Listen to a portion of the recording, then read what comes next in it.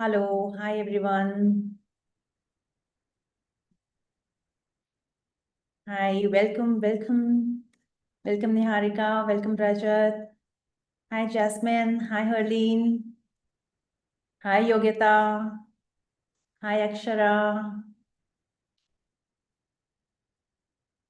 Hi everyone. So, a very warm welcome to Parenting Sadhana's Live. And today we will be discussing about gratification. Okay. So, we understand that everything is so fast paced today. We are living in a completely fast paced world, right? So how many of you here think that it is very good to be a go-getter and everything should happen very quickly? Type me in the chat box if you believe that everything should be absolutely fast paced.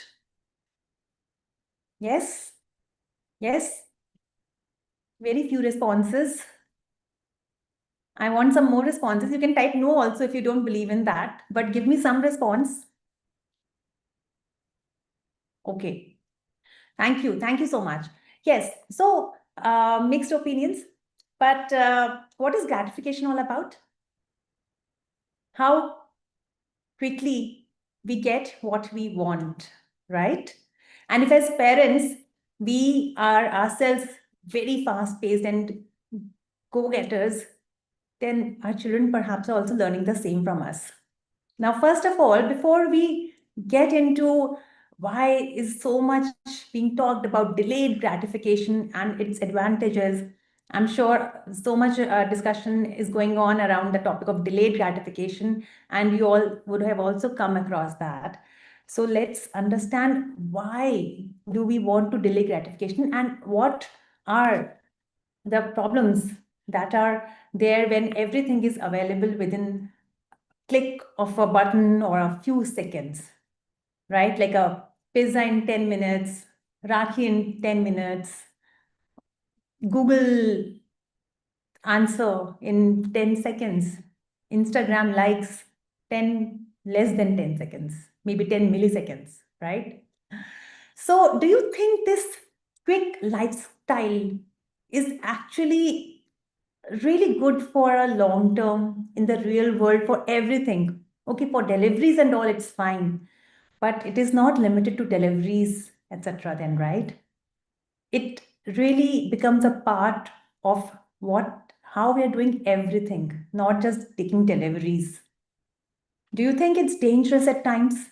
Type dangerous if you think that quick fix is pretty dangerous at times. Okay. So why is the quick fix harmful? Why is quick gratification harmful? Okay. I want you to just write your answers in the chat box, all those who are on the Zoom call with me right now. Okay. So let me start with the first reason. See what happens when you get things completely instantly. You don't practice patience, right? And when you don't practice patience, you lose persistence. So for example, if it's about exams, you want that big 100% score for sure, right? That is the output, that is the outcome that you want. But that needs some persistence. You need to learn to practice for hours. You need to overcome your drawbacks. You need to look at solving complex problems also yourself. It will not happen by just giving the response, giving the question to Chat GPT or Google and just getting the answer in return. That will not make you pass in the exams or get really good marks in exams, right? So when we are just in that world of quick gratification, we are not able to develop persistence, which is very much required. How many of you think that persistence is very important for success in life? Type persistence in the chat box. Yes. Persistence is important. Yes, Anita. Without persistence, you can't do just about anything. So it's like running a marathon without training yourself, right? What else? It weakens our ability to set long-term goals. Because whatever we want, we're just looking for quick gratification from that. So long-term goals are almost always forgotten, right? So if you have to work something towards something which is bigger, you need to have small milestones. But if you just look at that big thing and you think, oh my God, it's so difficult, let me not only get started. Because if you have not developed that habit of working towards a bigger goal, you will be so much in anxious state and anxiety when you look at bigger things that you would just not want to start it. You'll always, it's like, eating away the seeds, not sowing any of the seeds, not planting them so that you have the next crop ready. It's like whatever you have, you just invest in today and you just finish it up today. So there's no investment for long term. Everything is gone. There is nothing for future left, right? So second is quick gratification does what? It weakens our ability to set long-term goals, right? And third, which something which we all are very well aware of, it leads to addiction loops, right? Why are children so much glued to mobiles and screens? Because they are providing a quick dose of dopamine. It's not the children's faults. Their brains work. Our human brains work like that. Whatever is short term, whatever is quick, we generally tend to like it because it's something which is addictive. Why? Because every time we do that, we get dopamine. Dopamine is not only got by coffee and tea or other things. It's got by anything that makes our brain happy, that dopamine is released. And when we get that, we want more of it. When we get more of it, we want even more of it. So that is how addiction loops start, right? So we want quick rewards. And that screen game, they know, the designers know how they are planned. They are planned so that children keep on getting more and more points. Not just children, even adults play it so many times. I have talked to so many clients where the grandparents are also on mobile games for a long part of their day, not just for like a 15-minute or as a break, but for hours. So many people are on stock day trading. Why are they doing that? Even they're not making any money on through day trading. They're still there because it's giving them that dopamine. So the addictions are real, but we have to understand that this is all because of quick gratification, right? So do we want that for our children? We don't want that for our children, right? So certainly they are into that zone, but one we attribute it to the environment. But then certainly we parents, as parents also, we are doing certain things, we are encouraging certain things, which is leading to quick gratification. Now we have to overcome our mistakes, whatever things we are doing, to encourage quick gratification. Do you agree with me? We should be looking at what we are doing wrong so that children can overcome quick gratification, right? Type me if you want to know about what we are doing wrong. Type me in the chat box quickly, right? All of us want to know how we can. Okay, so have you ever told your child that if you study for 10 minutes, or if you study not for 10 minutes, maybe if you study for 2 hours, I'll make a sandwich for you, or I'll give you Maggie. How many of you have said, if you study for 2 hours regularly, I'll give you Maggie? And how many of do that? You do that daily. What is that? Isn't it quick gratification?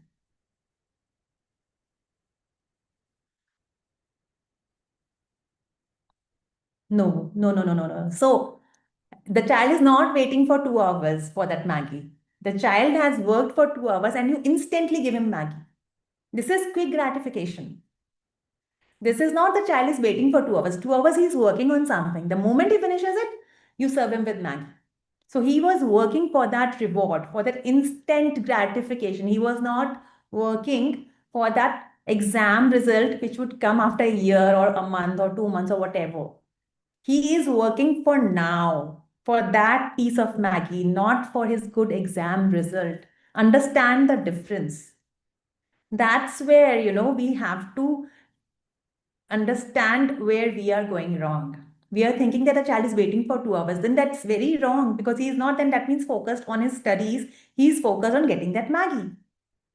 So he's not working out of motivation for knowledge. He's working not for the marks also. He's working for Maggie, right? Or how many times does it happen that a child is getting bored and he comes to you, he's just, roaming around and trying to do some things which are irritating you, and you are like, ठीक है, पकड़ो iPad, जाओ मुझे मत disturb करो. पकड़ो phone और जाओ मुझे मत disturb करो. Or when you are visiting a guest and the child does not have a company, and we just give them iPhone, phone, mobile, whatever. Or we're going to a restaurant and we just want to eat in peace for once, and we keep the child busy on the phone. What is that? That is another example of instant gratification, because you came with us and we want you to sit quietly. So it is something that's a reward for you to sit quietly. What could we do? Yeah, you tell me, what could we do, Charu? What could we do? You tell me. You could always say that, we are going to the restaurant. I want you to just enjoy the meal with us, enjoy the conversations, pitch in wherever you can. Try to, you just listen to us, enjoy with us, share your stories. We'll have a good meal, a good time together. We'll relish the food. We'll enjoy the food nicely. And we'll do that week on week. Every week we'll go out and we'll enjoy and have a party. That's it. Don't say that, once we'll go to the restaurant, I'll give you a mobile phone. These days, children don't want to step out of the home. They want quick deliveries at home. This has happened in my family too. That, there was a point when children just did not want to step out. They're like, okay, ghar mein manga lo na. What's the point? It's easier. Everything they just want quickly. So you have to just realize that this is happening. This is happening. And you don't have to say that, नहीं तुम चुप बैठोगे तो मैं तुम्हें phone दूंगी. Just don't say that. Just say why are you going outside, and that's about it. And forget about the phone. That's it. It is that simple, but it needs some practice and, of course, a lot and lot of patience, right? And of course, gently, sometimes you could also, attach a gift not as a condition. You could sometimes just say that, hey, beta, this is like, a chocolate for you because you were being so nice the whole month. Last month, we really enjoyed having dinners out with you because you were so disciplined and you sat so nicely and we had such a good time. I really enjoyed having my dinner experience with you. So thank you so much. I just wanted you to gift a little chocolate. He did not ask for it. You did not put a condition. You just gave it because he did something good. So it's the effort that you have praised, right? So I'll tell you about an experiment. It was an experiment carried out by a Stanford University professor, Mr. Walter Mischel. And it was carried out in 1970s somewhere. But it's a very, very famous experiment. I'm sure some of you must have definitely heard about it, right? Yes. Yes, some of you have already heard about it, but let me just repeat it for everyone. So what Mr. Walter did, he made the children sit with some marshmallows. And he said that, if these are marshmallows, these are for you only to eat. Now, if you eat them now, I'm leaving the room. If you choose to eat your marshmallows now, then you'll just get this one marshmallow that you have. But till the time I'm going and when I'll be back, you have 15 minutes. If you don't eat them now, but if you eat them after 15 minutes, I'll give you 2 marshmallows instead of 1. Okay, instead of one, you'll get two, but the condition is that you'll have to wait for 15 minutes. So what happened that a lot of children ate that marshmallow instantly, just gobbled it up. But a lot of children tried to delay that gratification. Some of them just closed their eyes. Some of them turned their chairs, tried not to look at that. Some of them were busy singing songs and keeping them busy so that, they don't think about it. Some of them could not resist the temptation for 15 minutes, but some could. And this experiment was a long one. It was carried out for a long time. And then these children were contacted again when they had grown up. And at that time, what was the results found? The children who had not eaten the marshmallow at the first go were more happy and were more successful in life. Their academic scores were better. They had better health. They had stable relationships, and they had a better emotional control. And this was not about marshmallows. It's about building that muscle of self-control and patience, right? A muscle that serves in every sphere of life, right? So do we want this for our children? Can we connect with the story, right? So my request to you is that whenever your child asks for something, don't jump in to fulfill his request at the first go. Okay, let him wait. It's okay. Like, if they need a new pair of shoes, socks, whatever is necessary, you provide that. But whatever is luxury, maybe you could keep it reserved for certain occasions. Like a special new dress would come on birthdays, or a new water bottle, or a new bag, or a new tiffin box would come every year when every new academic year changes. Pencil box will not be changed every now and then, because so many children just keep getting return gifts and gifts, and they just keep changing their pencil boxes throughout the year. So instead of encouraging that, they say that, okay, it will be changed only once in a year. You're teaching so many things just by one small thing.